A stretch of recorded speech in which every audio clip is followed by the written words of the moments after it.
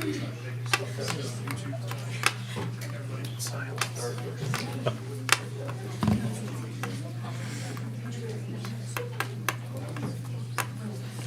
this May 7th and 8th grade girl scared. She was the scariest thing in the world. Sean, when we were up there Friday, that meeting, I was sitting there thinking to myself on the way. I mean, the good Lord's got a plan for everything and for everyone. But There it goes now. Confirmed for Audrey. left. I really wanted to find a way to work for the city, and I'm thinking, man, with Sean and I in there, city manager. Good evening, everybody. Manager kind We're going to call the regular council meeting for Tuesday, February 20th, 2024 to order. It is now 6:40. Ms. Monroe, if you'd like to call the roll. Mayor Don Barnard. Here. Tiffany Hollis. Here. Ryan Green. Here. Jeff Barr. Present. Wes Coble. Here. Dave Seelan. Here. Bob Orsini. We're going to have Pastor Van Winkle come up here and offer our invocation for tonight. But before we do, Johnstown is blessed to have many people who volunteer their time and give everything to this community.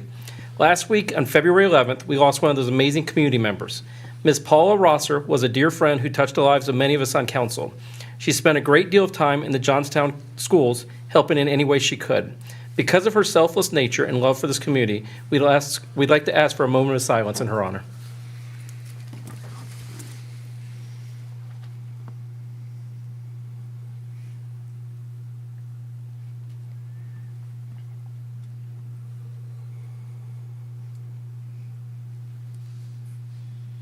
Thank you. Pastor Van Winkle, please stand. Let us pray. O great protector and provider of all that is good, as we assemble tonight, bless our time together so that it might bring about what is needed and best for our community as a whole. And bless not only us, but also the women and men who serve and protect all who dwell within our great city, especially those in the police and fire departments who are on duty tonight. Lead us and guide us to walk in your ways instead of pursuing what would be beneficial to only ourselves.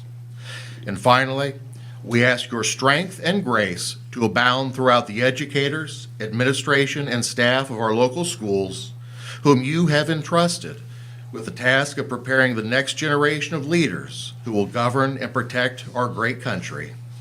We thank you and we praise your mighty name. Amen. Please remain standing for the Pledge of Allegiance.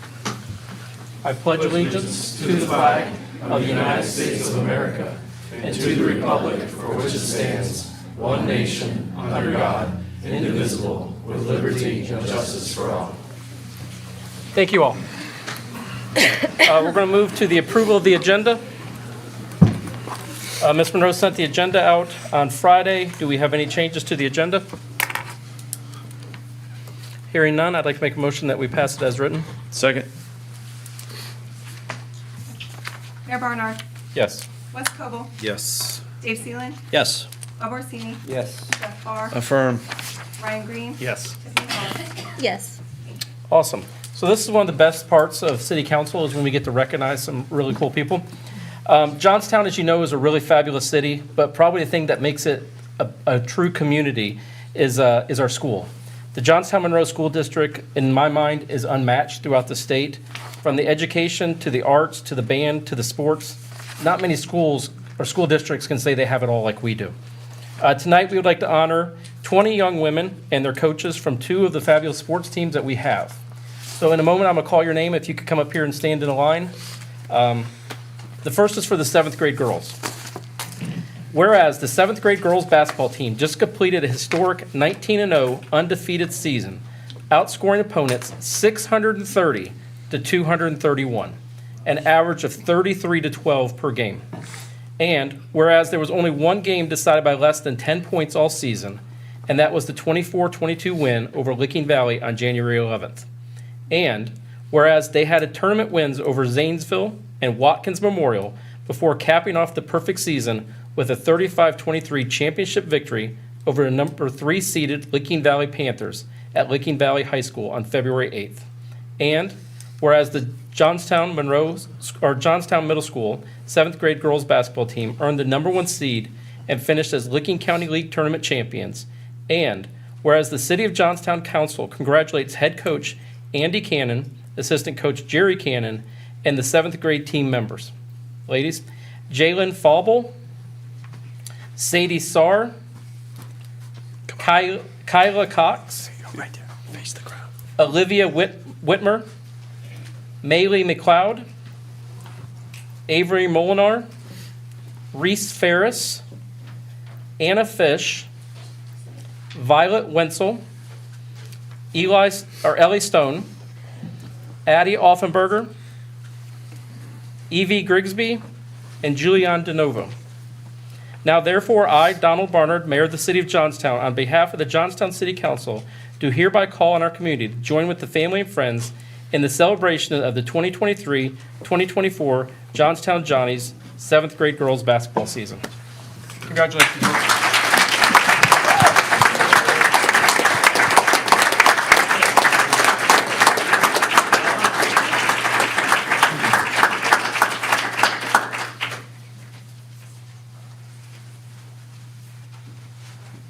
Who was the captain?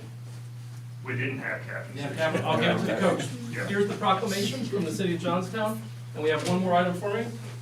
I'll also share this from the State of Ohio House of Representatives. Commendation for the 7th grade girls basketball team as well on their season, so congratulations.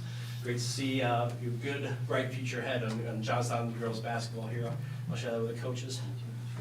Thank you very much. Coaches, if you'd like to say anything. I will say something quick. I want to thank the parents and these girls, my brother. I was telling a person up at the high school last week that this was probably one of the most fun teams I had to coach in 11 years. And it's because of good parents, girls that came to practice hard, played hard, and had fun with each other. And I don't know if we ever had really a bad day. I want to thank all of you. Jay, thank you. Thanks for having me. Great time. Girls, congratulations. Yep.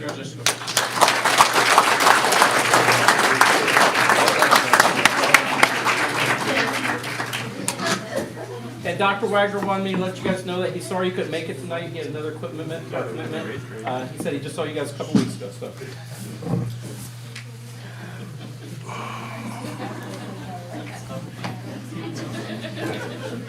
Okay, it's time for some 8th grade girls. So we have a proclamation for the 8th grade girls. Whereas, after an opening loss to Granville, that didn't really count, did it? To start the season on November 27th, the team worked hard and stuck together through 15 straight wins to finish the regular season as the number 1 seed. And whereas after tournament wins over Watkins Memorial and Zanesville, the table was set for them to avenge their only loss in the championship game on February 8th against the Granville Blue Aces. And whereas this mission was successful, with Johnstown winning 37-25 to take home the trophy, and whereas the Johnstown Middle School 8th grade girls basketball team earned the number 1 seed and finished as Licking County League tournament champions. And whereas the City of Johnstown Council congratulates head coach Brad Schaefer, assistant coach Jeremy Neff, and the 8th grade team members. I'm going to call each one of you. Kaylin Cox, Lucy Edwards, Addie Rader, Avon Likens, Lucy Schaefer, Bailey Neff, and Leah Eckenrode. Now therefore, I, Donald Barnard, Mayor of the City of Johnstown, on behalf of Johnstown City Council, do hereby call on your community to join with family and friends in the celebration of the 2023-2024 Johnstown Johnnies 8th grade girls basketball team.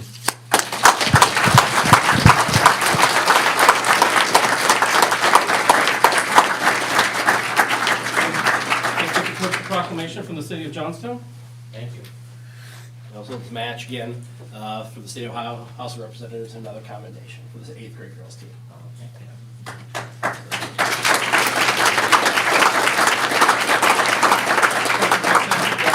I wrote something down. I'll kind of read it to you.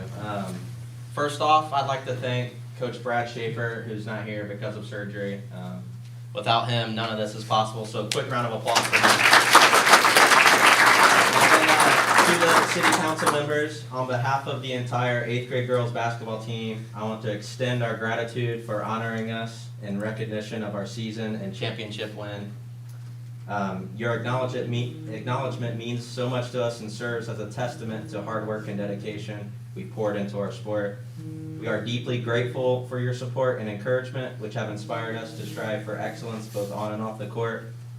Thank you for celebrating this significant achievement with us and for your continued support of youth athletics in our community. Thank you.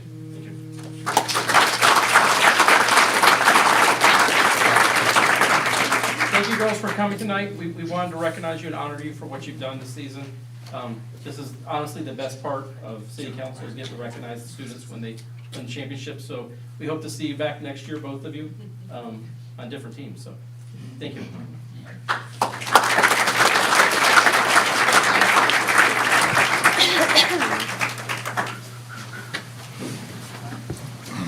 And you guys are free to go. You don't have to stay around and. Wait, can I say something yes, really go quick? ahead. Wait. As president of City Council, I just also want to acknowledge all of these fabulous female athletes, along with their parents, coaches, past coaches. Many of you all came through the JYA program, so kudos to our Youth League program as well. So, great job.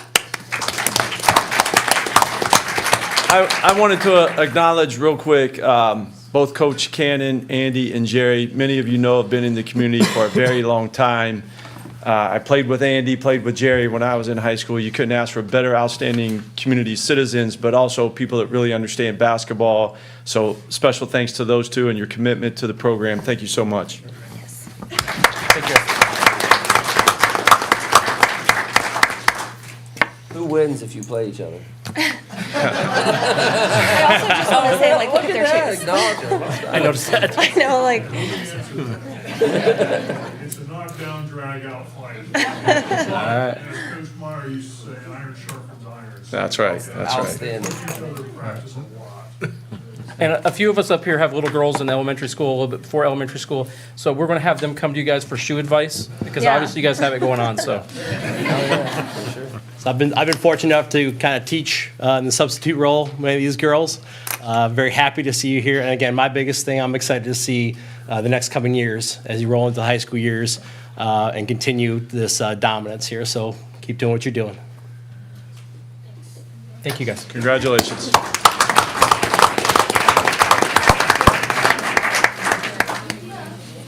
Okay. Now we can hear a pin drop. The funny thing is, I see a lot of similar faces. Okay, Teresa, we're going to move on to actions on minutes. I'll be that way. We'll let it clear out for a minute. Coach Bailey in soccer when she was, 8, violent. I know Now this is a normal size room. I know. I mean, it's still a little heavy, but lots of brothers and sisters in other sports. Thank you. Have a great night.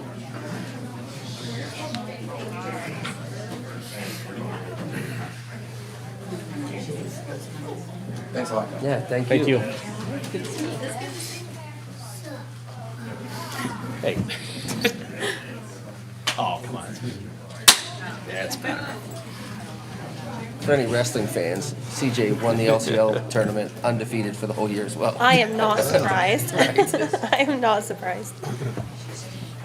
Okay, we're going to move on to the action on minutes. Council received the February 6, 2024 minutes. Does anyone have any changes or corrections they would like made?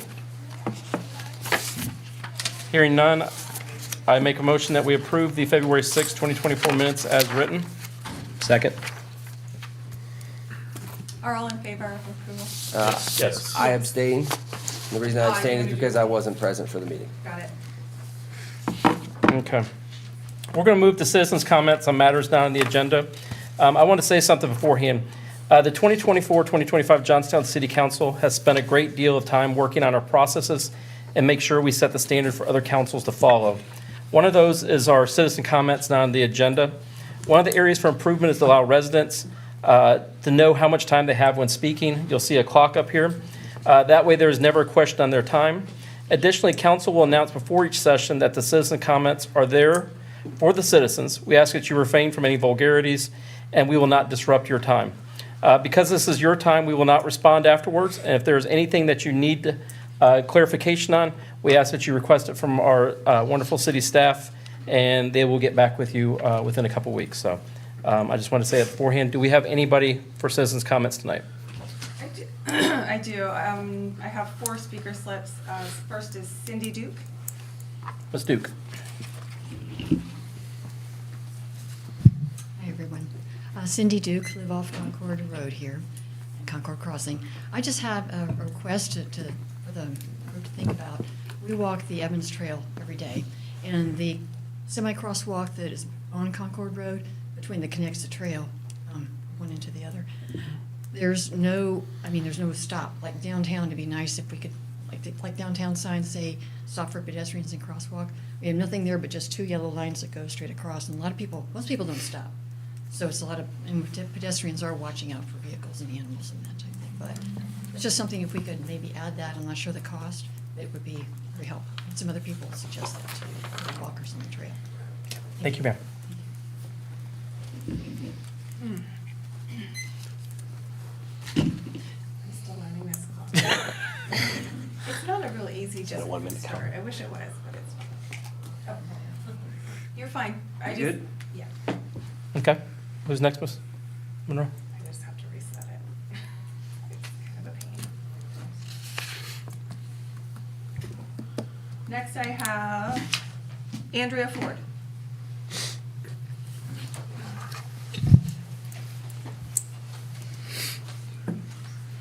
Andrea Ford on Green Chapel, and I am just wanting to get an update on the water sewer plans for the area that's been annexed.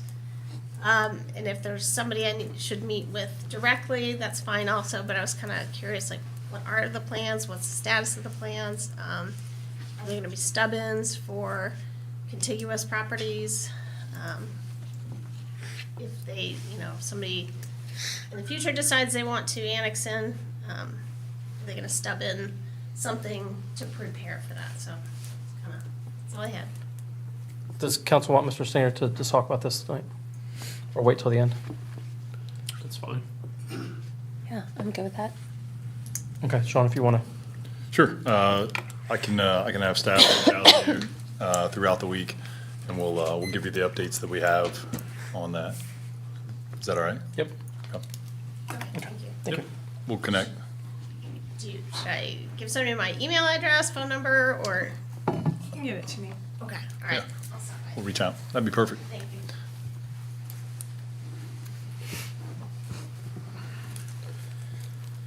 Next I have Terry and Connie.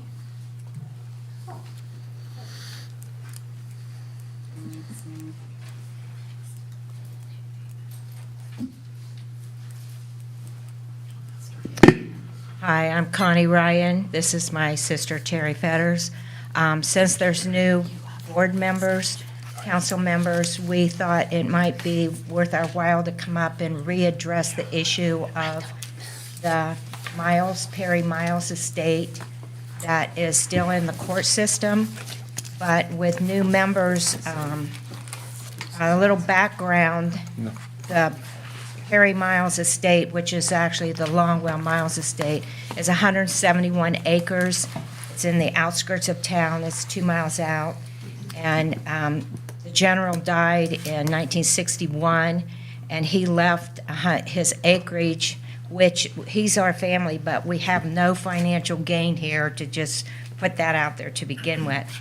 In his will, he gave all of this property to the village of Johnstown. And it's sat there all this time, and nothing has been done. So the Attorney General got involved, and now all of a sudden, the management group has decided to give it to Licking County Parks, which in our opinion is not honoring his will. So we are very concerned.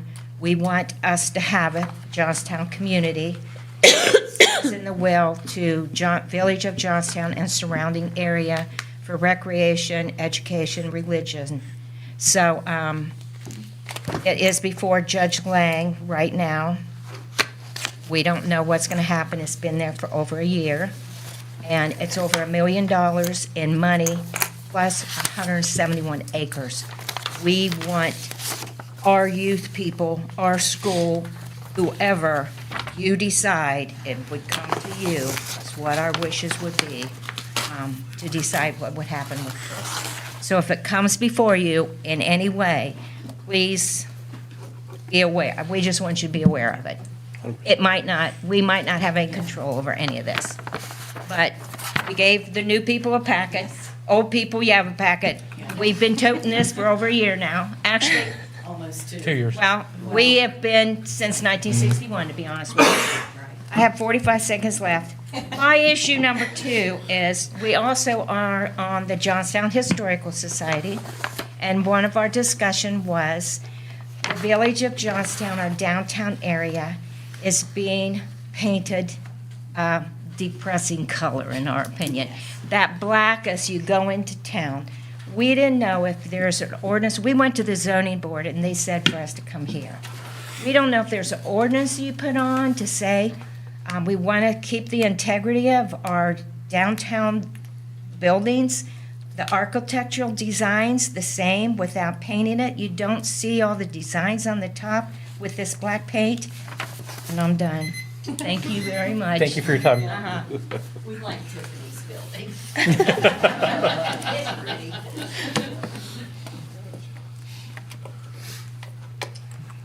Chip Cox and Dan Paul. All right, so we're trying to get a personal laundry service put in 52 South Main Street. 56 South Main Street, I'm sorry. Yeah, it's my building. In GCC 1, it talks about the personal effects, and there's nothing in your guys' code that defines what personal effects. So in your guys' code, it says go to the Webster Dictionary. I went to the Webster Dictionary, and personal effects, it clearly states clothing. The service of clothing. So it says the service of personal effects. For some reason, we cannot figure out who do we go to about getting this going. We've already filled out the permit for it. Well, we spoke to zoning last week. Sean and some other guys had mentioned it to you guys, because there is a little bit of a, you have to decide what is the definition of personal effects. But that was left in GCC 1, which a laundry service as far as we know, we would expect the definition of personal effects to be a laundry service. And there's no laundry service in Johnstown.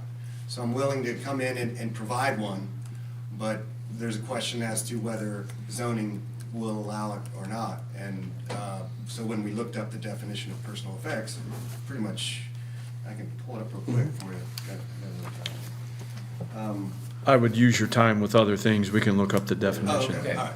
Yeah. I mean, it's gonna be manned. It's not gonna be a 24-hour thing. It's gonna be, somebody's gonna be in there working. It's gonna be basically, I like to drop my clothes off to get them washed. Well, I don't have time a lot to of get the farmers washed, need so. their horse blankets and stuff. The bigger ones that they can't put in their own washers and dryers, we'll have larger ones for them so they can drop them off and get them taken care of. I just saw a need for it in Johnstown because there's just no laundry service around.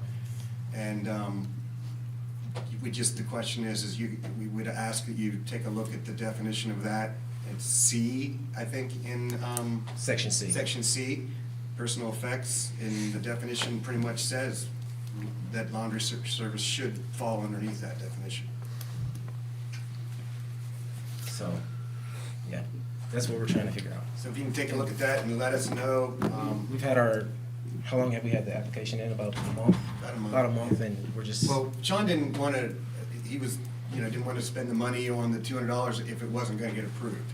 And I appreciate him looking out for my monetary reasons, but I'm not worried about $200 if I can, provide a service to the town. Johnstown.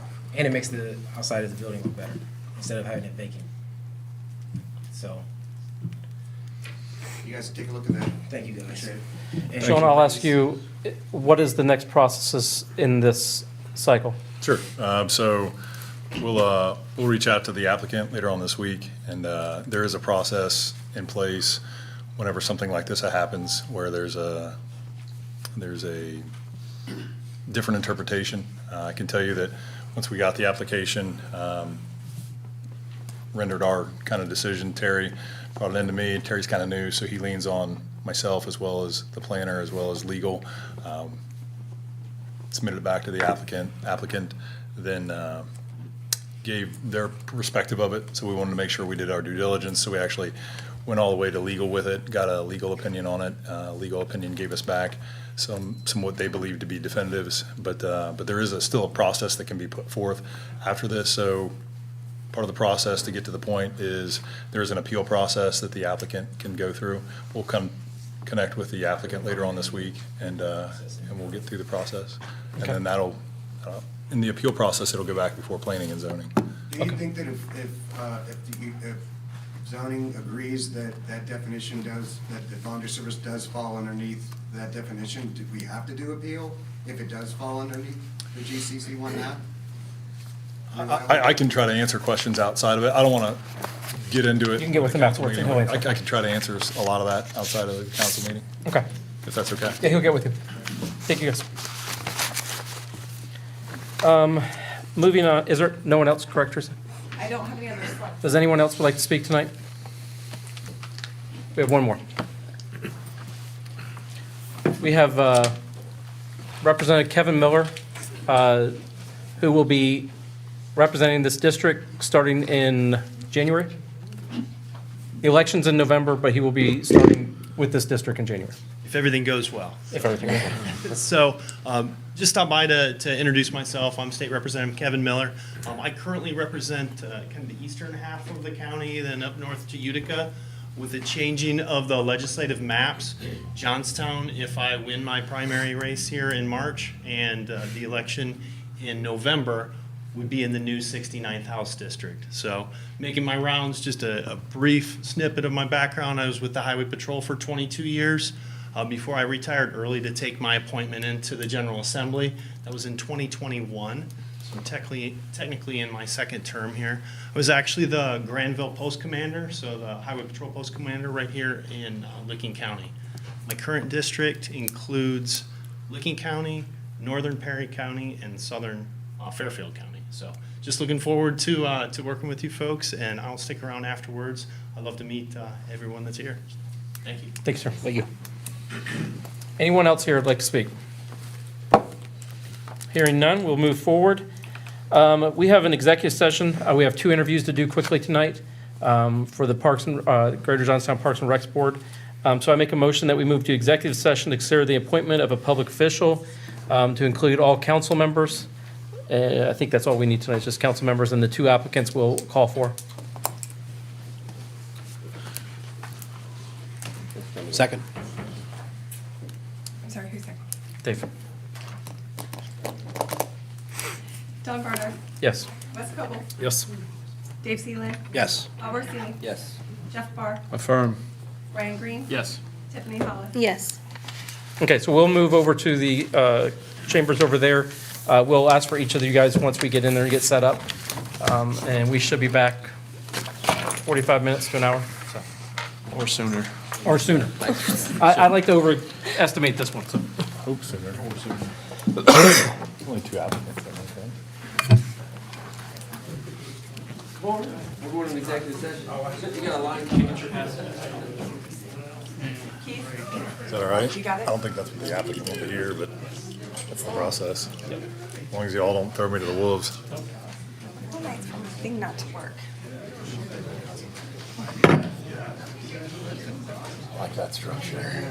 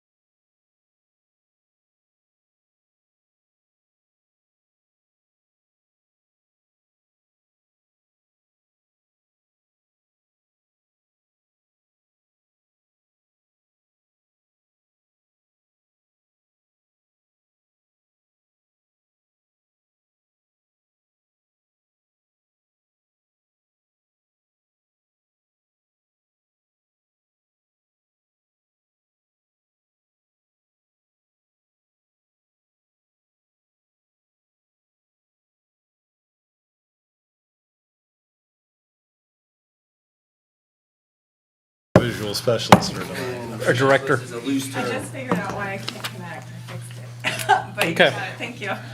We have now come back from executive session. It is now 8 o'clock. We are moving to a presentation to design guidelines from Chris Herman from MKSK. Mr. Herman, good to see you. See you all. Good evening. Chris Herman, principal with MKSK. Tonight, I really just want to give you a presentation, an overview of design guidelines. I know some of you have had a lot of conversations about design guidelines, but I thought it might be good to just lay a foundation and talk about what they are, and how they can be applied and kind of advanced in Johnstown, in part because we know that was a big topic, has been a topic, and it was an important topic of your strategic decision-making this year. So I think 5 basic things we're going to talk about: an overview of what design review is, talking about components of design guidelines, talk about some peer community regulations, and talk about Johnstown specifically, and then talk about potential next steps to discuss. So design review, at its essence, really, it's a regulatory effort to direct and design the character or development. That's really what it comes down to. So what do things look like? How do things fit? Right? Excuse me. But this is, I think, important little understanding. So when you go to communities or you look at things, you can kind of understand this arc. Historically, how the evolution of design guidelines. So we had zoning codes adopted the early 1900s. Zoning codes are really about focusing on intensity and uses and separating those things and kind of putting them in their own spot and thinking about later as the automobile came along, how do we deal with automobiles, how do we make all that work. The zoning codes were not about the appearance, the aesthetic character of buildings. It was really much more setbacks, building placement, access, parking, density, height, kind of bulk, mass. And that's what almost all zoning codes are. Part of the reason, so communities then realized we have things like historic districts or historic downtown. How do we protect and make sure that design, things that are proposed, renovations that happen, actually are appropriate in character? Because the key thing to understand about zoning is if your plans meet the zoning code requirements in your district, you don't come in for review. You meet your zoning. You have the legal right to do that, what's in that district. So unless you're asking for a variance, you can go ahead and come in the city, prove that you're meeting the zoning code requirements, and you get your certificate of zoning compliance, meet the building codes, and you can build it. So things that would happen, I'm not just talking about Johnstown, I'm talking about everywhere. Someone would want to renovate a historic building, the city would never see it other than staff and it meets the requirements, and someone would take out a historic facade and replace it with something else. There was no review of that because it met the zoning requirements. Someone wanted to build a new building, and they would meet the zoning code in terms of the height and the placement, the setbacks, and the parking requirements, and the landscape requirements, and they build it, and it wouldn't look anything like things around it. So communities are like, how do we deal with that? And so it came down to we need to create a different process to review kind of the architecture, materials, the aesthetic quality. And the reason it hasn't really been put into zoning is it's the old adage you hear about art. Kind of architecture is very hard to prescribe and get exactly right. If you prescribe it, make sure you get what you want. You'll get a lot of the same thing repeated and repeated and repeated, and then things get kind of monotonous. And Sean was talking about this. Keith Myers was saying, if you create standards to make sure you don't get Fs, you get C, but then you'll never get the A projects. And so the solution was to create design review boards of some capacity that had the flexibility to review each application individually, and then a separate process called a certificate of appropriateness. So if you were doing any kind of exterior change, and that was defined in many, many ways by different communities, but doing some kind of exterior change on a site within a designated district, you would have to go to the design review board, be reviewed, and then get a certificate of appropriateness that, yes, this does fit, the materials you're doing, what you're doing is right. The struggle then is where you decide to place that. how detailed you want to get. So what communities have done, they've done design guidelines to help these review boards. There aren't requirements, but they're guidelines, so when the review board reviews an application, they say, yeah, this looks pretty close, you got this right, we really like what you're doing here, we know it's not in the design guidelines, but this makes a lot of sense in this application, love it. Or, yeah, you're falling short here, we really encourage you to do this. It doesn't quite have the teeth, though. Someone really wants to push back and say, well, it's not a requirement, and you can get in some arm wrestling with the design review board. So then other communities have gone to standards, where they're actually codified, and their requirements. I think the fine balance is probably in between there. There's certain things that you really want to make sure happen that are standards and might even be put in a zoning district, and then there's guidelines that kind of help guide stuff. I'll talk more about this. I also threw in there form-based code, because that comes up a lot now anymore. Form-based code is actually a replacement of the zoning code. And the best way I can talk about it is, if you think about the zoning code prioritizes uses and kind of on down to the site and architecture, form-based code flips it and says, what we really care about is the building, the architecture, and the site. We really don't care as much about the uses. So it's a way of totally redoing a zoning code. It is hot in some places. I think my experience is that it can work in kind of certain focus areas, but to totally replace your zoning code, particularly in a place like Johnstown, actually most communities in Central Ohio, doesn't make sense to go that far in. So again, this is what I was touching on. Design guidelines, they're kind of a policy adoption. Design standards have force of law, they're requirements, and a form-based code is where you just really reinvent the whole zoning code. I'll come back to that because I'm sure you're going to have questions. But now I want to talk about pieces that you normally find in design guidelines or design standards. And this is what most people think about, are the building and architecture standards. So materials, windows, front doors, height, the actual architecture itself, the style, entrances. How do you renovate a historic building? How do you build something new next to a historic building or district? How do you infill? What can accessory structures look like? These are all things that design standards usually get into, or guidelines. Another also, I think, important area that's not always thought about, it's better now, is the actual site planning. So if you're in a historic district, you want to make sure that the building, like think of downtown Johnstown, you want to make sure that the building's up on the sidewalk, not set back with parking in front. Now, zoning code can do some of that, but there are some things you want to do in the design standards or guidelines that also guide placement of buildings and how they fit within an area.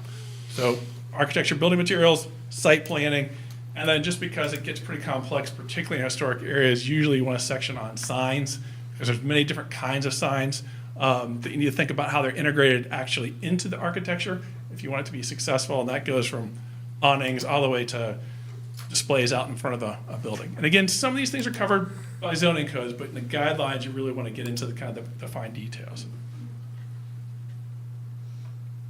Just to help, though, think about geography, I always like to introduce something that's called the transect, which is a weird word, but the basic point is if we think about places, they're not all the same, right? But there's kind of this cross section. If you think about a city, and in this case you put a pin down in downtown Columbus, and that would be the dark red on the scarlet on the right-hand side. That's the urban core. And if you cut a cross section through Columbus or any other big city, you would see this change of built environment as you go out, and that's called the transect. So in other words, in the downtown, you've got the big buildings, you've got probably transit, you've got not a lot of parking, or you've got parking structures, you don't got service parking lots. It's very grid oriented. As you move past that, a little less density in height, but you still have got sidewalks, you might have some alleys, it's a grid street, interconnected. Then you get to kind of the urban general, which is kind of the streetcar suburb kind of feel. And then you get to what we built a lot of in the 50s and beyond, the suburbs, where you get cul-de-sacs and curvilinear streets and much lower density. Density's dropping this whole time. Surface parking lots. To serve this thing, it's more auto-oriented. Then you get towards the rural, where you have much less homes, but you have some spread out. much lower density again, and then you've got kind of natural environment, so this cross section. The reason I bring all this up is because zoning codes, when they were invented, basically ignored this and just said, the same development can happen anywhere in that transect.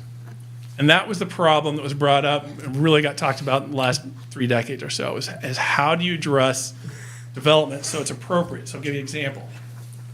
McDonald's would build the same McDonald's anywhere on that transect, as long as the market made sense. Downtown, they take a demolished skyscraper, put a parking lot, and sit the building, one-story building in there with a drive-through. In downtown, that doesn't make sense. In the suburb, that was kind of the suburban model, but you need to think about where it goes. This is an example of CVS. So this is the standard CVS on the right. We see them everywhere. The service parking lot, the drive-through, the big sign so you can see it from the road, kind of a standard architecture box that they do. And then communities have said, no, that's fine in certain locations, but in other locations, you've got to respond to the environment. This is Uptown Westerville's CVS. So in Uptown Westerville, they said, no, you're not going to put a parking lot in front. We're going to hide the parking lot behind. We're going to anchor the corner so it has a presence. We're going to put doors. We're going to make you put glass, transparency, things you can see from the front. We want a front door on there. We want nice sidewalk. We want outdoor seating so people stroll our streets and actually connect to the things around it. We're going to make you put an extension on that building so it connects to the next things down. So it's a whole block, and we're hiding and screening the parking behind. We're going to make you do more architectural styles that's historic and true to the character. We're going to make you use materials that are true to the buildings around us. So same use, same company, different results. And again, it's not that one is right and one is wrong. It's that you want the right thing in the right place. And so making sure that you get the right kind of structure and building that responds to the environment that it's in. So just an example, taking the transect and applying it to Johnstown. I mean, this isn't exactly right. This is just a kind of graphic to show you. But example, you think about the downtown and what that might be, and then there's kind of the historic center of Johnstown, and then you got neighborhoods that go out, and then we have probably undeveloped ground that will change across time. But you could think about having different standards for architecture review and design and site placement, depending on where you are in these areas. And so design standards, design guidelines would say, in this area, we're thinking about these requirements, in this area, we're thinking about those requirements. And you actually have some of this. I'm going to get to that in the drafts that you guys that Johnson already has. But that also brings up the point about geography. When we're thinking about design guidelines, we're thinking about where you want to do this. You can do it citywide. That means anything that's getting changed is going to come in for a review. You can do it just in downtown. You could do it downtown along your commercial corridors or gateways, and there's no right or wrong answer. It's really what you all as a community want to do and how much effort, detail, what you want really thought through in terms of architecture and design. So I'll give you some examples. So this is Dublin. So Dublin has chosen to protect their historic downtown Dublin, their historic Dublin district. They have just updated theirs. They're about 20 years old. They just updated them with these new historic design guidelines, and it's for the historic part of Dublin. And they actually divide it up into quadrants and have a little bit of different requirements depending on where you are in Old Dublin. Westerville has Uptown design guidelines. Talk to Uptown. They're very detailed. It's like 200 pages. I think, were adopted about 95.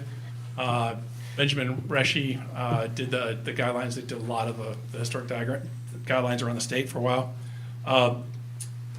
They're very good. They classify the architecture that's in Uptown, talking about different appropriate character, what kind of things you have to match, and then they go through all the things we just talked about, the architecture, the building facades, site placement, accessory structures, new builds, additions, all that kind of stuff. Worthington is interesting. I see this as being maybe more parallel to Johnstown in the sense that Worthington said, all right, we have a historic district that we want to protect with this design review, and that's the square in the center. But we also want to make sure that whatever happens along our major corridors also looks good and fits with Worthington. So High Street and 161, Dublin Granville Road, have also are in the district. If your property touches High Street, your property touches 161, or you're in the historic core, you go through the historic review process, the architectural review. So it's not the entire city. Almost all the residential neighborhoods are excluded, so you can do your fence or whatever, your house. But if you're in the historic neighborhood, original part of downtown Worthington, then you would have to, if you change it, you have to come in and respect the historic thing. So that's something to consider. And there's Bexley, that started out just worrying about their Main Street. They had Main Street design guidelines. I actually wrote them 30 years ago for them, 25 years ago. That really helped them reimagine Main Street. It had gotten eroded by 1950s, 60s development with parking up front. It's their only kind of commercial corridor. They really wanted to make it walkable, so we basically wrote these design guidelines. They created a special commission just to enforce them. They actually eventually changed them and put them into their code. So now they're actually code requirements. About 4 years ago, they did that. And they felt so successful with that, they've actually now applied the design review to the entire city. So now if you're a homeowner and you want to do some kind of change, there's certain things that are administratively approved. If you're doing a like-for-like replacement, painting a house, then that's fine. But if you're doing a major addition or a major change to the house, you actually have to come in and get review at the city level by the Architectural Review Board. Again, not saying that's the right answer. I'm just saying this is the range of how far you can go and what communities just in Central Ohio are doing. This is New Albany. New Albany did do a form-based code just for the village center. So basically they said we're going to create a different kind of zoning structure just for our village center. I think it's working pretty well, but that'd be one way to think about it if there's a really important spot in the community. I'm going to give you this presentation. It has links to all these. I can go through and show you some of these things. I think it's interesting to look through them and see what's included and what's not, and how the different communities have done this. In Johnstown, you have these design review districts and standards. I know Councilman Green's talked about this. It's about 90 pages.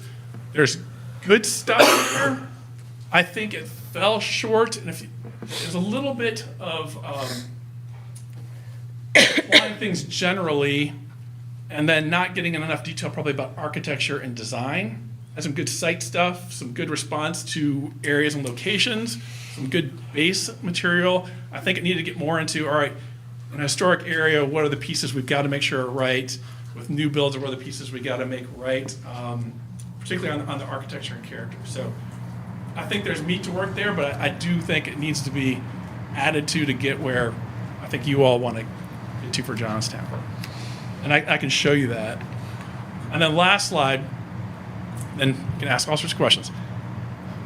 My proposal in moving forward, just as far as advising you, is that it sounds like you already have a committee, but create a committee that's got people from your review board, council, whoever you want to put on this, and they're really going to be interested in working on this.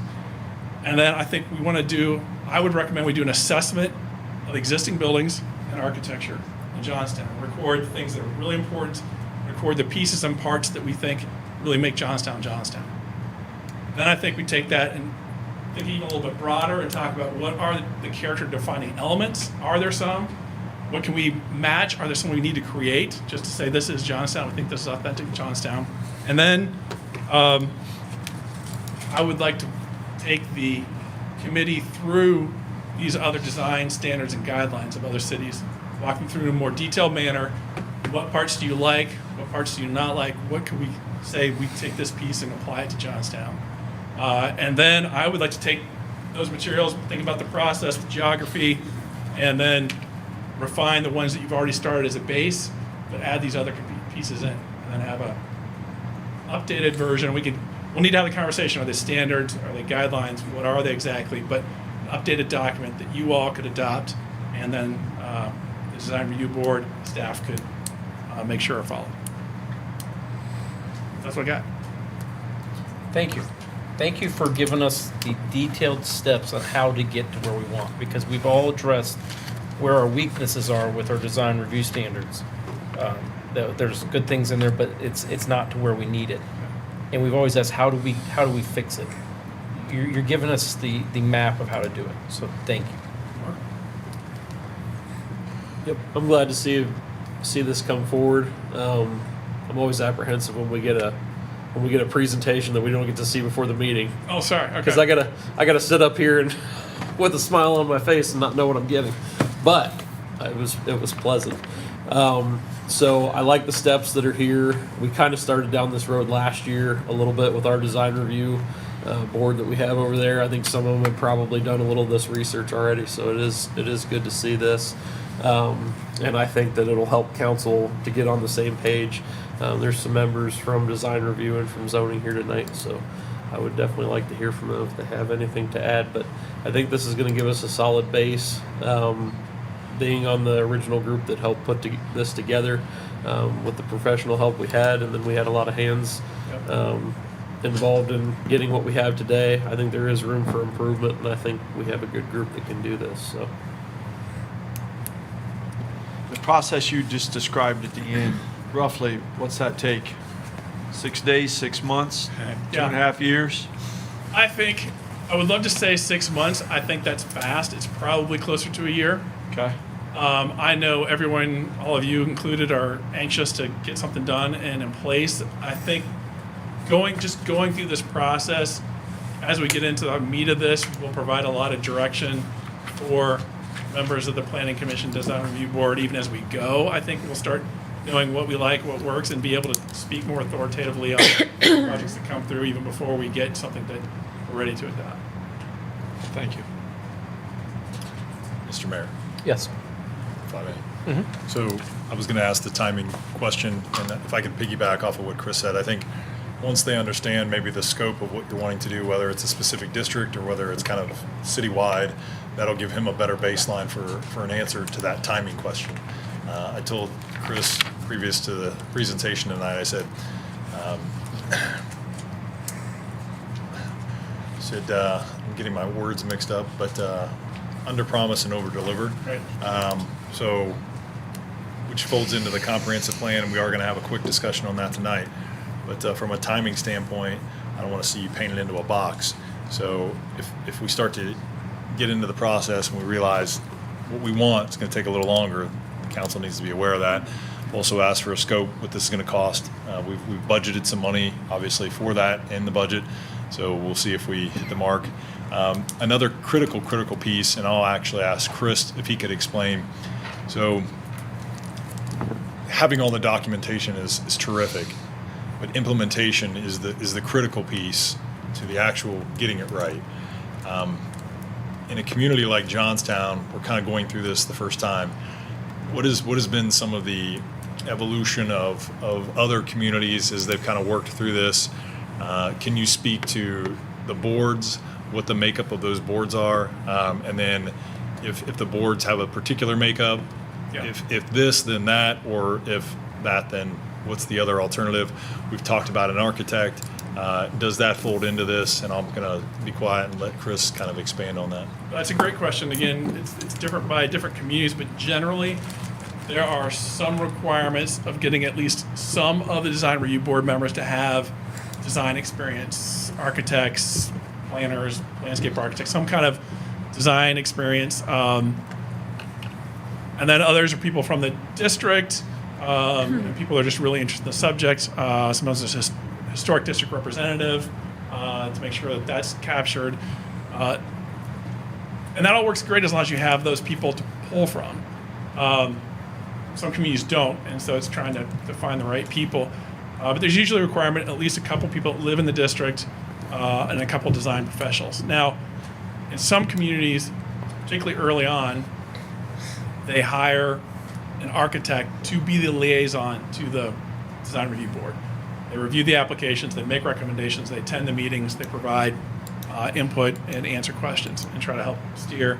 That's often the way things start, and then some boards get strong enough that they're like, we got this, we understand this now, and that comes more of an ongoing consulting thing rather than an every meeting kind of thing. There are also variations of this. I brought up Worthington. They're also interesting because they have a planning commission, and then they add members for the architectural review board.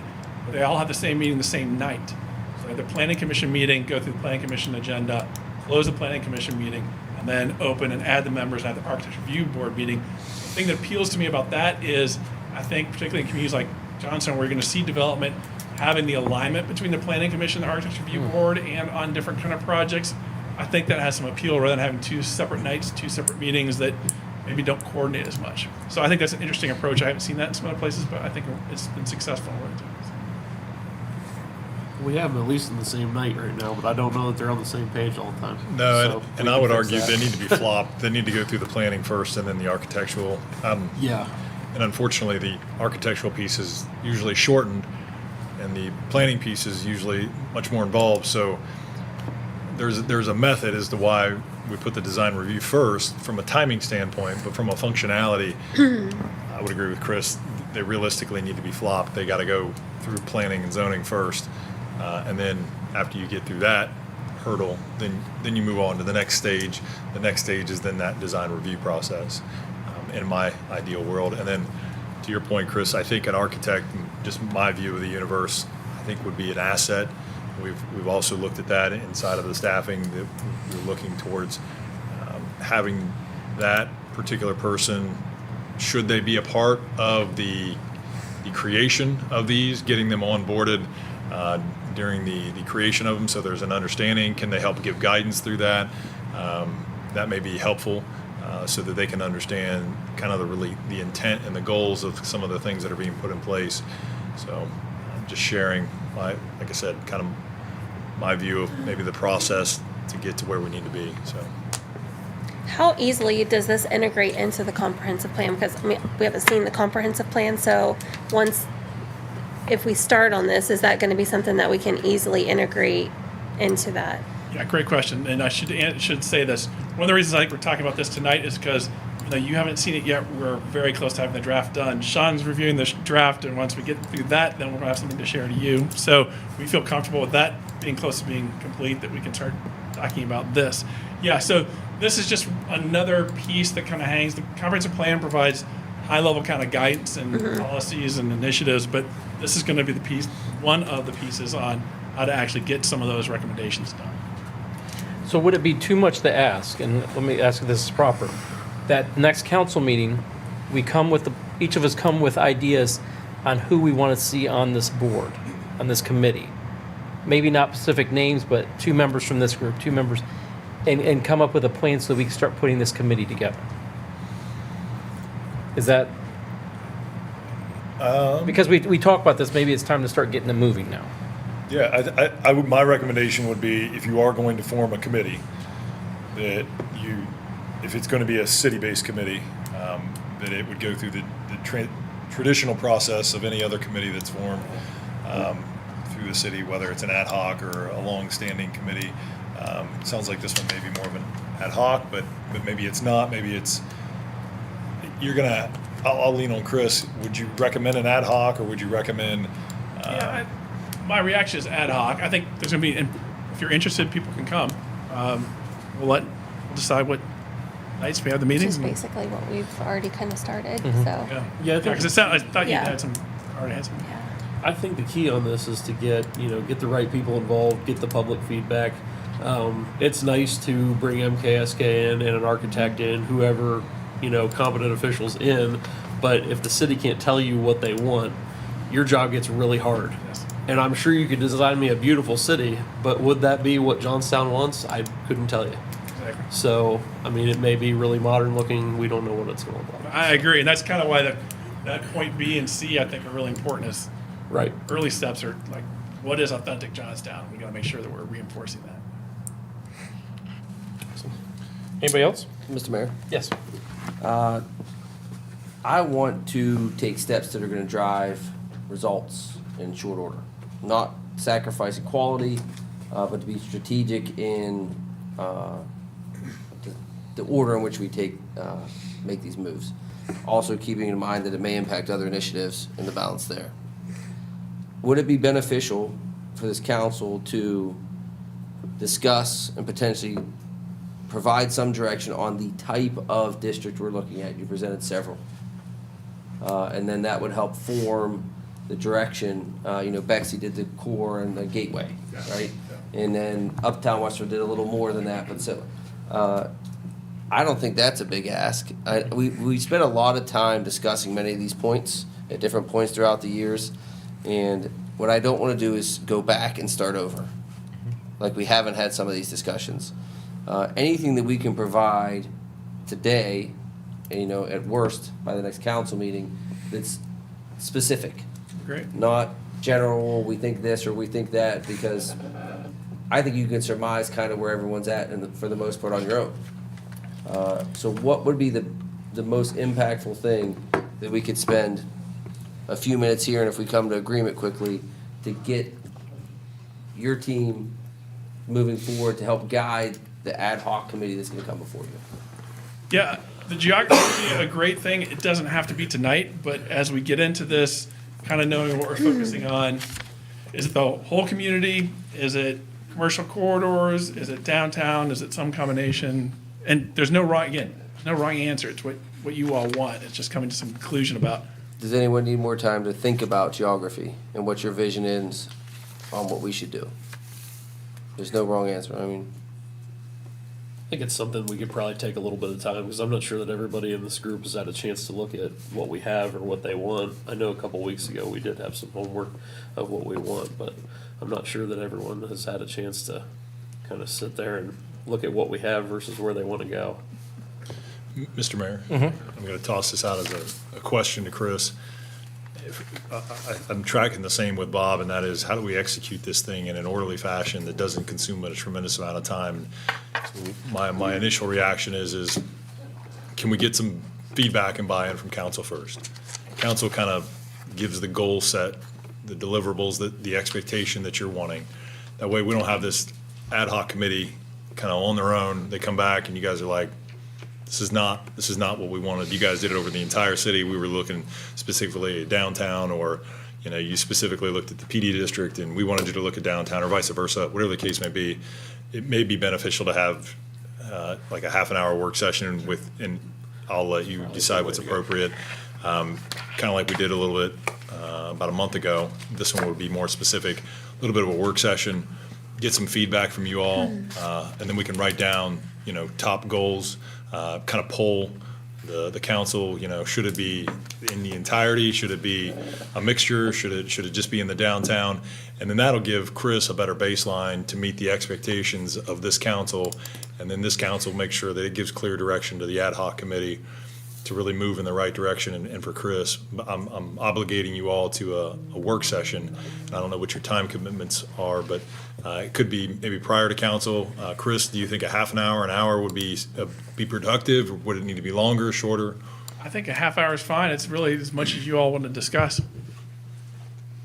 And you could tee up some questions as far as, do you like this or do you like that? And I love the idea of bringing other communities in as far as a baseline. Like, well, sometimes it's easier to define what you don't like and say, okay, we hate this, but we like this. And so some examples, some visuals to take with us, rather than us trying to say, we like a certain architectural style. Well, give me a built environment that exists in, and then they can take it from there and really give us good direction in an efficient way. That's just a thought that I'm thinking. Okay. Next Tuesday, we have zoning and design review. No council, so I know you guys don't have council. But is there anything that we have on the docket in either one of those? Is it possible to move a work session into that time? That would be our nearest convenience, I would say. I can check. I'm with Ryan's line of thinking. I want to set deadlines and make extensions as needed versus, we'll see. I would agree. If you can set it tonight, we can find out if that time slot is available for next Tuesday, if you all are agreeable. If we don't have any design review committee agenda items, then you all could meet in place of design review. I would recommend that it be open for dialogue, but the discussion really relates to council and Chris's group. Not saying obviously it's an open meeting. We want people there to hear the conversation, but I think the goal of that meeting is to get feedback from you all, and then you all kind of giving direction for Chris.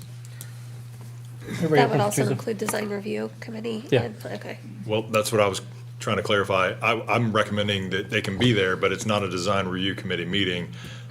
It's a council work This is a session. council focused. That's my point of council giving direction first and then tasking the committee then to kind of carry it forward, but you giving the clear definition and direction. I'm not wanting to combine the two, and that's just my preference. If you want to combine the two, that's up to you all, but at the end of the day, you're the ones that are going to have to approve the ordinance. So design review board starts at 5, correct? Yes. Should we schedule this for 5:30? Then zoning then starts at 6:30. Zoning comes at 6:30. 6:30. So you could, if they don't have a meeting, then I would just recommend just canceling design review altogether. And like I said, if they want to be an audience participant, but I'm not discounting what they have to say, I think it'd be great, but I really, really, really want to get the feedback from you all. Yeah, we have to get it from Your council, emphasis what is the the council's most direction important. is. Absolutely.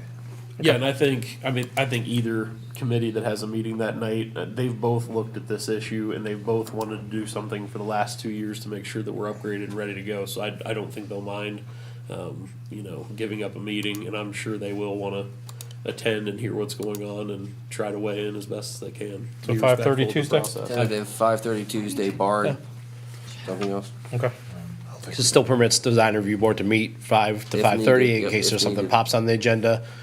Yeah, We I take mean, 5:30. if we have applicants, obviously, we have to take care of the applicants, but. Okay, we can make it work. Okay, so 5:30 Tuesday? 5:30. Are you available, Chris, and your team? I will make sure I'm, yes. Oh, Chris, we're so happy you'll be there.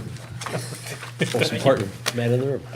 And to piggyback, so I don't have to bring it up in other business, Chris mentioned the comprehensive plan. We are getting close. I would hope by the next council meeting, well, I should have underpromised and over-delivered on that one, stepped right in it. Maybe by the next council meeting, you all would have a draft to review. That's my expectation. Now, that's in 2 weeks, so. Our original discussion today was let's get the comprehensive plan done and then go into the design, but you guys are really excited. I appreciate it. And we're gonna have that meeting on Tuesday, which is I there's know. a certain bandwidth. You know where I'm going with this is by next Tuesday's meeting, you're maybe preventing or at least hamstringing some of the capabilities of us getting that. Well, that was part of what I mentioned before, how it impacts other initiatives. To me, if we can have a design review discussion on Tuesday or have the comprehensive plan by next meeting, I'm voting comprehensive plan. If it's an either or, and it can't be both, They tie in, and I think one thing that we didn't do in the comprehensive plan yet is identify what Johnstown is. So if this gets us to Yeah. that level, I think that'll help you with your comprehensive plan. I mean, I have the original contract here for MKSK, and we were supposed to be, and not to throw you under the bus at all, because I know we've taken you on some tangents, but we were supposed to be at, adoption and implementation July of '23.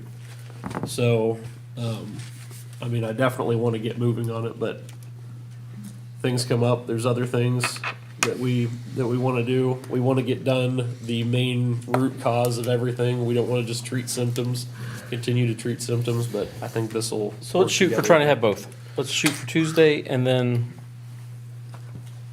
Chris looks like he says you can handle it. I see. I don't know. I'll be honest. I don't know if I can. There's a tremendous amount of items that kind of work through. Well, all we're doing on Tuesday, next Tuesday, is just defining what, there's no homework for you on that one. yeah, outside of your presence, I don't, Well, MKSK has a bandwidth too. I don't know who you're engaging on this. Okay. We can do this. Okay. It's just a kickoff kind of. All right. And that comprehensive plan, you're going to get some things in there that's going to maybe help you with this process. You're going to see some identifiables and some We just want to goals. see something. That's it. Yeah. Like at this point, we really just want to see something. All right. Okay. Well, thank you, Chris. We'll make it happen. Okay, we're moving to council committee reports. We really appreciate Chris and MKSK being here. Planning and zoning, they met on the 13th, and their next meeting's the 27th at 6:30 in the council chambers. Anything from that you'd like to discuss? We did have 2 applicants come in, and they proceeded through the process. So we will have a new house being built on Jersey and Williams. There was also a sign approval, and we did talk a little bit about some other zoning with signs. Tried not to go down that rabbit hole too far because signs always is an emotional meeting. But I think we moved us forward on that, and you should see some things coming out with signage. Okay. Design Review Board met the same day, and their next meeting is not, or it's 27th at 5. It can be canceled. Do you want, Mr. Mayor, do you want an update on the design review?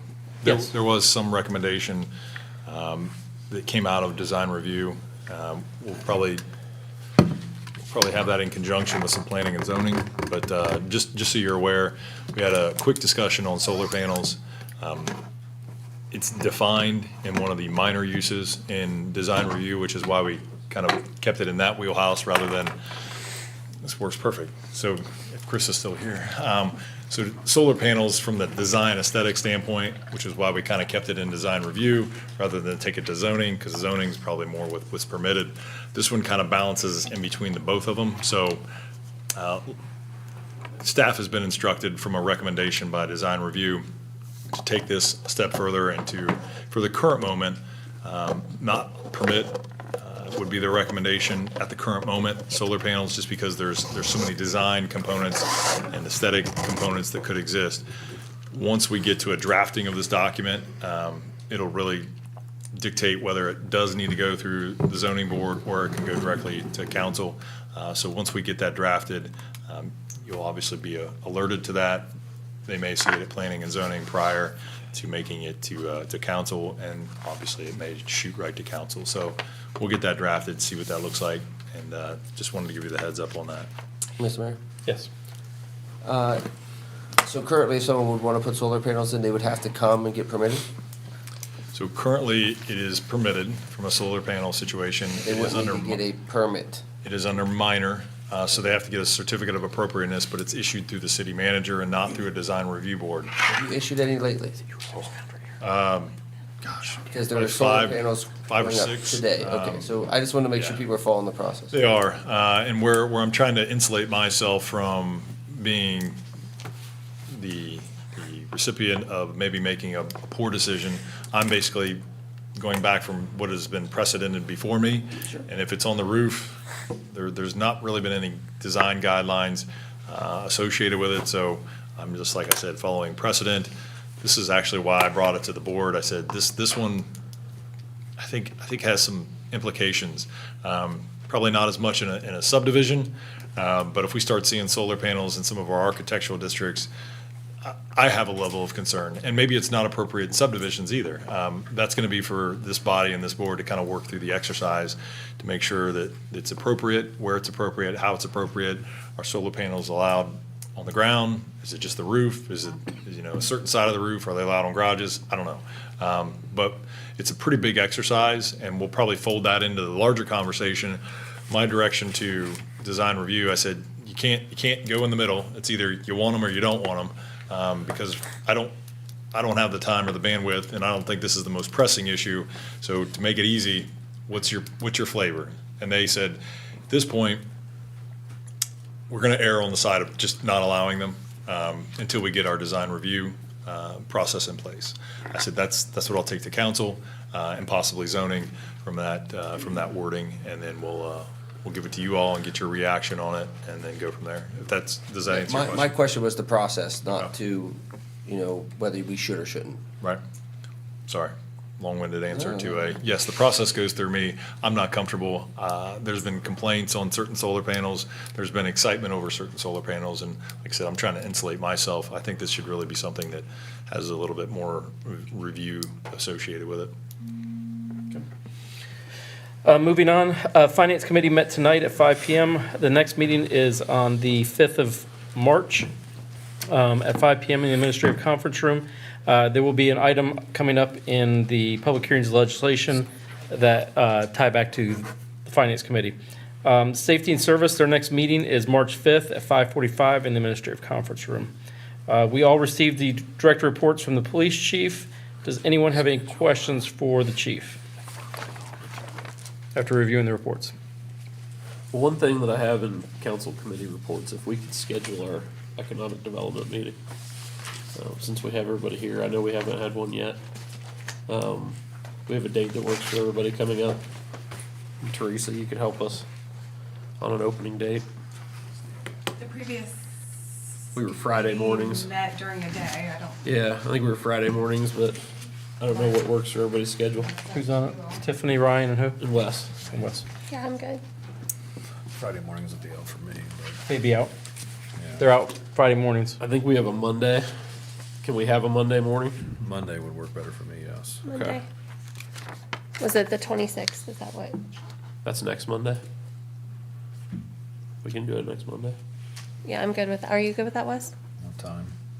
You can do after 9. Yeah, 9:30. 9:30. That works. Okay. So we're good with that, Teresa? 9:30. On Monday. Okay. Going back to the police chief director reports. Mr. Mayor? Yes, sorry. Do we need the city manager in that meeting? 'Cause we're peeling his time back with every Oh, meeting. I don't think so. I mean, I wouldn't think so unless that's like for the. I would assume that he's gonna make himself available at committee meetings, so if we're not gonna have him there, just let him know. Unless he chooses We'd to be there. happy to have you, but if time doesn't allow. Well, we'd that's be what I was happy to gonna have ask. If I Teresa knew the and we'll keep agenda, minutes. I could Okay. probably define whether it's appropriate for me to be there or not. I just want your time allocated to the most pressing issue. Yeah, absolutely. Well, Wes and I are both new to it, so we're kind of relying on Ryan for this first one. So maybe the first one we can just like figure out what we're doing and then clue you in. Yeah, it can be more organizational and goal setting. Yeah. We'll keep minutes. I don't want to waste your time. So. You good with that? Yeah, I'll kind of gauge it, how far along I can get with the comp plan and everything else, and I'll give you feedback. If I can attend, I'll pop in. If not, I'll not. But yeah, goal setting would be probably advised. Okay. Anybody else on council committee reports? Okay. Any questions on the police chief's director report they submitted? Nope. Okay. Moving on, there's no tabled legislation. We're going to move to public hearings of legislation. The first item is Resolution 2024-09, a resolution appointing members to the Greater Johnstown Park and Recreation District's Board of Trustees. Council had a very lengthy discussion on this. Both candidates are still here. I'd like to address both of you. The committee would like to appoint Ms. Shook to the committee, or the council would like to recommend Ms. Shook to the committee. But, Mr. Sparks, you made this a very difficult decision for council. We would like to see you, or we would like to see Nicole and Mr. Giannini, who is here, somehow kind of bring Mr. Sparks into the fold because he has a passion that I think would be good.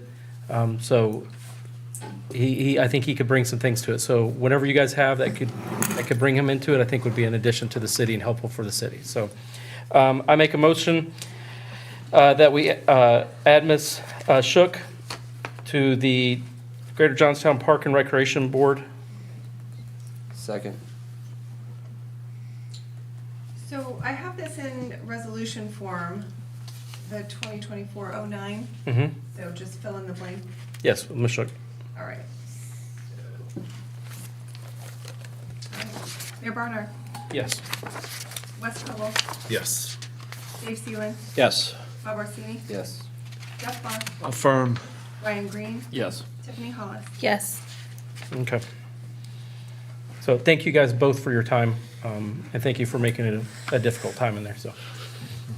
We're going to move to Resolution 2024-10, a resolution determining that the petition for creation of the Johnstown Community Authority complies as to form and substance with the requirements of Section 349-03 of the Ohio Revised Code, confirming and ratifying the execution of that petition by the city manager for the city as the sole proximate city within the meaning of Section 349-01, subsection M, subsection 2 of the Ohio Revised Code, and authorizing the fixing of a date and place for a public hearing on that petition.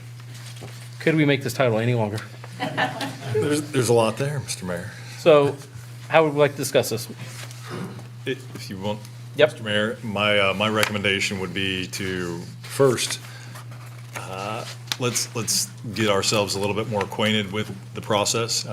We have the applicant, petitioner, as well as our legal counsel. They've stuck around for tonight, and I'm going to probably pull way back and allow the expertise to kind of take the lead on describing what this is and answering questions. So that would be my recommendation, that we lean on the audience members that we have here to give us a nice little review quickly, and answer questions if you. I would love that. And I can give an introduction. Please. This is Greg Stipe, who you all have been, I think, acquainted with at some point last year. Some of you have. When it comes to NCAs, literally wrote NCAs, like, not like a part of it, like the inception of the NCAs in the state of Ohio. This is the brainchild of it, so there's probably no one else around that quite knows them as well as Mr. Greg, and he lent his services to the city last summer to kind of give us a 101 tutorial on that, and here we are today actually implementing some of those recommendations that he was kind enough to kind of give us some direction and guidance. So we can also pick it apart, though, as we see fit, but we do appreciate his presence and his time putting forth this document. So. And then there's Jamie, so. Sorry, Jamie. Here's the headliner. Mr. Mayor, members of council, I think you're all very generally familiar with what new community authorities are. This new community authority is focused on ground that the city recently annexed and then rezoned for development. I believe it is a total of 385.5 acres, and since the question always seems to come up, it does not include the 21-acre parcel that is owned by the Port Authority. It could include that parcel if the Port Authority consents to that at some point in the future.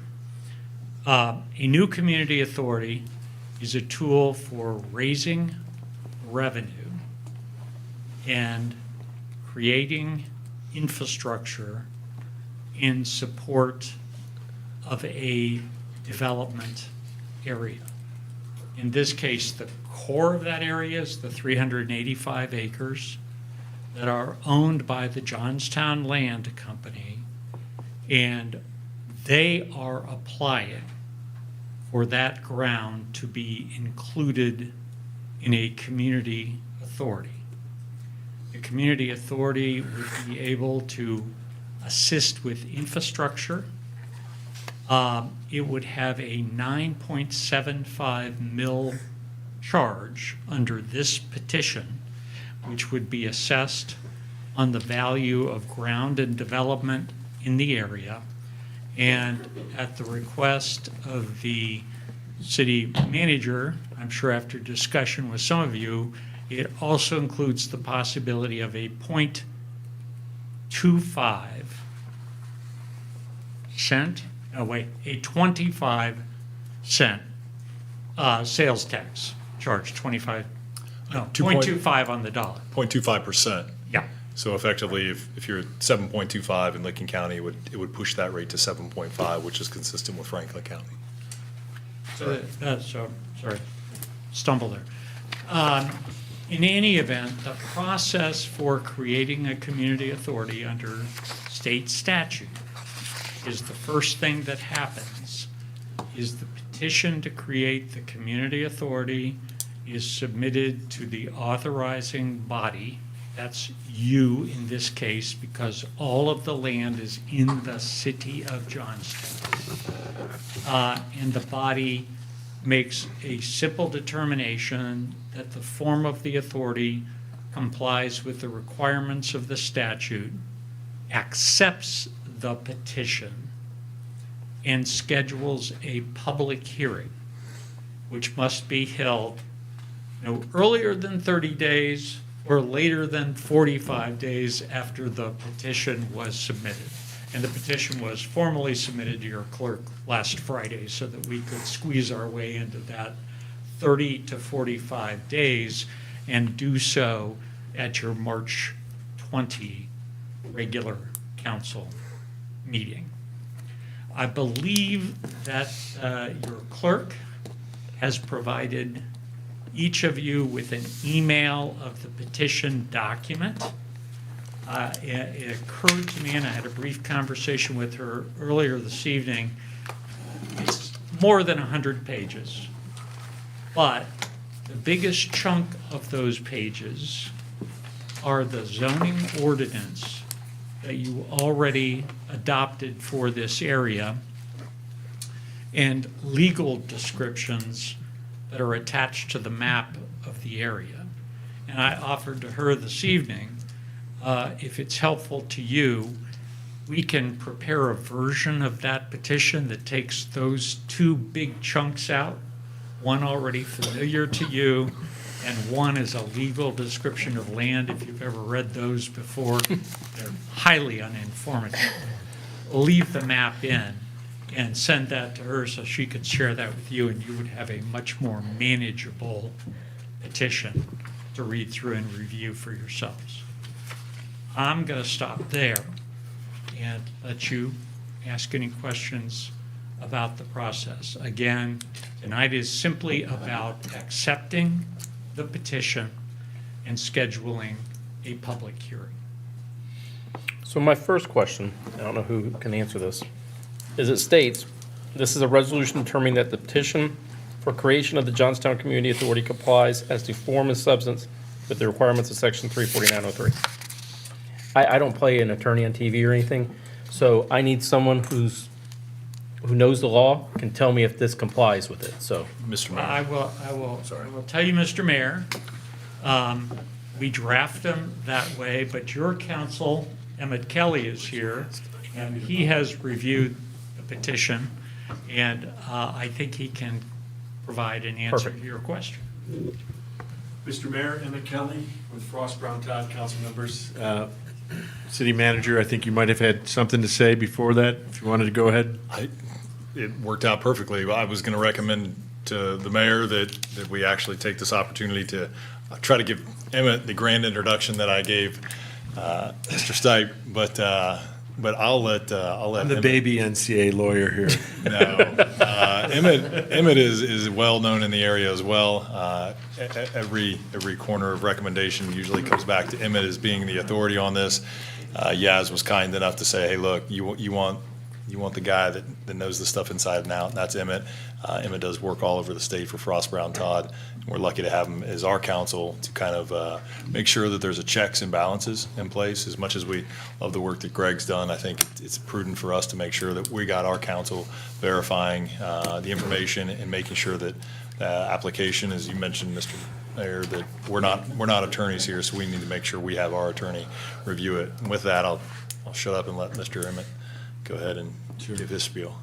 Mr. Mayor, certainly City Manager and the Johnstown Land Company team and Mr. Stipe had been working behind the scenes for quite a while to put this together, to work through it. I've reviewed it. It meets the sufficiency requirements of the code. They're pretty well spelled out in Chapter 349.03. You can read them there.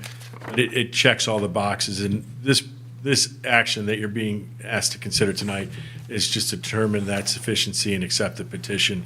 That starts the clock ticking, as Mr. Stipe said, for the public hearing, which we're required to have no less than 30 or more than 45 days. And in between that period, the city manager and I, and certainly any questions you have, we can address those with Jamie and his team and Greg, and certainly any changes that might you request to be made, we can consider those. So you have that opportunity. But certainly that petition follows the requirements code. There's a ton of information in there. And I think, Greg, that was a really good suggestion about stripping out the zoning ordinance and the legal descriptions. Makes it an easier document to read, but it certainly does follow the requirements of the code. Thank you. Does council have any questions for either individual? Mr. Barr? So tonight is just the form of this. It would be later on as far as the number of members of this group, of the authority, who's on the authority, how they get appointed, terms, and all those other things are done at a later time? Mr. Barr, the petition addresses those items. It would be up to council to formally approve the petition after the public hearing and after whatever further review. But to answer the questions about membership, what the petition provides, and this is quite typical for these community authorities, is that the board would have 7 members. It would be governed by a 7-member board. Each of them would be appointed to a 2-year term, and we'd begin with some 1-year terms to make sure that we've got rotating and overlapping memberships. And the authority would have 4 of its board members appointed by city council and 3 of its board members appointed by the developer. And that would continue on over time. An important nuance for you to appreciate in the revised code is this board can never take a formal action unless a majority of the trustees with, oh, we need 4 trustees, but we have 3 from the developer and 1 from city council, let's vote on it. There's a requirement that that notion of 4 to 3 carries through even if you don't have all 7 trustees present. I hope. Yes, thank you. Anybody else with questions? Mr. Mayor? Yep. And amend it in order for this process to move forward. So we're simply, framework is here for all the rest that's being To meet the addressed in the statutory petition. requirement.